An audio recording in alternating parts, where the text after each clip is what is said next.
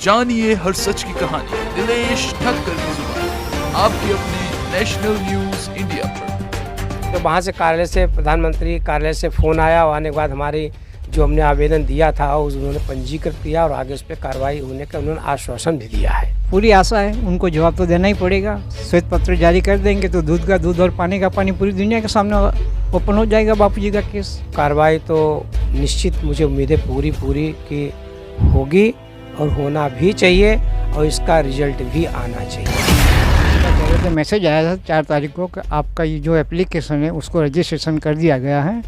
बाद में 10 तारीख को उनके पर से फ़ोन आया कि आपको ये रजिस्ट्रेशन किया, आपको कैसा लगा? अच्छा लगा? क्योंकि अच्छा लगा, लेकिन हमको जब न्याय मिलेगा तब अच्छा लगेगा। ये मैंने उनको बताया पीएम ऑफिस को। फ़ोन आया था? हाँ, फ़ोन आया था। तो आप पूरा मामला क्या था, मतलब पत्र लिखने का और पूरा मामला क्या था? मामला क्या है, बापू जी के संबंध में जो स्थिति चल रही है वो तो हमारे सभी साधकों को और गैर साधकों को, अन्य लोगों को, सभी को जानकारी है कि आज 11 साल उनको होने जा रहे हैं। उसके बावजूद भी बापू जी को कोई रियायत राहत अभी तक नहीं मिली, ना तो कोर्ट से मिली और ना मुझे शासन प्रशासन से भी कोई सहयोग किसी प्रकार से मिला।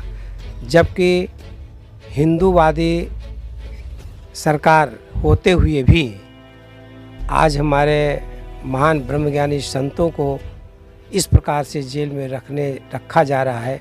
हमारी संतों को नहीं, ये सनातन संस्कृत को जेल के अंदर कैद करके रखा गया है। आखिर इसके पीछे कौन सी शक्तियाँ, क्या शक्तियाँ हैं, उसके बारे में तो श्वेत पत्र जब हमारे अभी सुखराम जी ने जो जारी करने के लिए अनुरोध किया है मुख्य न्यायाधीश CJ चंद्रचूड़ जी से, माननीय राष्ट्रपति महोदय जी से एवं प्रधानमंत्री नरेंद्र मोदी जी से और हमारे जो 2 मुख्यमंत्री जो हैं गुजरात के और राजस्थान के, उनको ये पत्र अपना प्रेषित किया है कि इसको श्वेत पत्र जारी किया जाए जिससे कि जनता को पता लग सके कि आज तक 86 वर्षीय वृद्ध संत परम पूज्य श्री आसाराम जी को, हम बापू जी को क्यों रिलीफ नहीं दी गई है, इसके पीछे क्या कारण हैं, कौन सी शक्तियाँ काम कर रही हैं। तो इस वजह से हमारे अभी सुखराम जी भाई बैठे हैं कि 2000 लमसम में साधकों के हस्ताक्षर कराए इन्होंने और करा करके ये प्रतिलिपियाँ सबको भेजी गई हैं और भेज करके क्योंकि हमको न्याय मिले। तो जो पीएमओ के द्वारा जो फ़ोन और एक संदेश मैसेज आया है, टेक्स्ट मैसेज, तो क्या लग रहा है, मतलब कुछ राहत मिलेगी, क्या होगा? आप संतुष्ट हो क्या कि पीएमओ के द्वारा कम से कम फ़ोन तो आया, मतलब जानकारी? हाँ, उन्होंने दी? जानकारी आई है कि उनको लेटर प्राप्त हो गया है, उन्होंने इसको रजिस्टर कर लिया है। अब इसकी प्रतिक्रिया कब शुरू होती है, इसकी कार्रवाई कब होती, कब क्या होता है, इस बारे में जब हमको आगे कुछ हम प्रोसेस बढ़े तब मुझे लगे कि हाँ कुछ हो सकता है। अभी तो खाली सिर्फ रजिस्टर हुआ है। तो क्या बात हुई थी, मतलब पूरी? उन्होंने यही पूछा कि आपके ये जो आपने जो जनहित याचिका दायर की है उसका हमारे यहाँ रजिस्ट्रेशन हो गया है, आपको कैसा लगा? मैंने कहा अच्छा लगा, लेकिन आप उसके ऊपर कार्रवाई करके हमको न्याय मिलेगा तब हमें अच्छा लगेगा। ये मैंने उनको बोला है। उन्होंने क्या बोला उनकी तरफ से? उन्होंने बोला कि अच्छा, तो अच्छा बोलकर उन्होंने फ़ोन रख दिया। तो क्या लग रहा है, मतलब आशा उम्मीद लग रही है क्या कि पीएमओ के द्वारा मतलब एक फ़ोन आया, तो क्या आपने जो मांग रखी है वो मांग पूरी होगी? क्या लग रहा है? पूरी आशा है, उनको जवाब तो देना ही पड़ेगा। श्वेत पत्र जारी कर देंगे तो दूध का दूध और पानी का पानी पूरी दुनिया के सामने ओपन हो जाएगा बापू जी का केस। उसमें तो कोई दो राह नहीं है। हमने एक को तो लिखा नहीं है, राष्ट्रपति जी को लिखा, चंद्रचूड़ जी को लिखा, प्रधानमंत्री जी को लिखा और दोनों मुख्यमंत्री जी को लिख दिया। और हमने ये क्या, बापू जी का केस है क्या, वो पूरी दुनिया के सामने श्वेत पत्र के जरिए सामने रखो। तो एक साथ मतलब जो जन याचिका थी, मतलब 2000 लोगों की साइन किया हुआ एक पत्र जो आपने भेजा था, 5 जगहों पर भेजा था, तो अभी केवल और केवल पीएमओ की तरफ से मतलब वो फ़ोन आया है, और कहीं से आया क्या? 2 मुख्यमंत्री जो आप बता रहे हो, राष्ट्रपति बता रहे हो, मुख्य न्यायाधीश बता रहे हो, वहाँ से कुछ रिस्पॉन्स आया कि अभी तक कुछ वहाँ से कुछ नहीं? दूसरी जगह से नहीं आया, लेकिन वहाँ से भी आता, थोड़ा लेट आता है। उनके पास थोड़े केसेस जैसे होते हैं, जैसे रजिस्ट्रेशन होता जाएगा, जैसे जवाब भी देते हैं, जवाब तो मिलता ही है, ऐसा नहीं कि जवाब नहीं मिलता, जवाब देंगे और श्वेत पत्र जारी करेंगे, जवाब देना तो पड़ेगा। तो क्या लग रहा है, कुछ उम्मीद लग रही है क्या कि फ़ोन आया है पीएमओ के द्वारा कि मतलब रजिस्ट्री हो चुकी है, आपकी जो जन याचिका जो आपने भेजी थी हमें प्राप्त हो चुकी है, तो अब आगे क्या लग रहा है, मतलब कि और 4 जगह से भी क्या जवाब आएगा और न्याय मिलेगा, उम्मीद है क्या? मुझे उम्मीद पूरी है कि इस पे कार्रवाई होगी, क्योंकि जब अभी बताया है कि उसकी पहुँचेगी, नंबर में आएगी, चढ़ेगा रजिस्टर पे, उसके बाद प्रक्रिया जब चालू होगी धीरे धीरे करके, तो भले थोड़ा समय भले लग जाए, परंतु कार्रवाई तो निश्चित मुझे उम्मीद है पूरी कि होगी और होना भी चाहिए और इसका रिजल्ट भी आना चाहिए। क्योंकि एक फ़ोन आया तो एक उम्मीद जगी है, मतलब कि उन लोगों ने कम से कम स्वीकार कर लिया जो पत्र भेजा था, और शायद मेरे को लग रहा है कि आगे और जवाब भी आ सकता है उसके बारे में। हाँ, आएंगे जवाब आएंगे।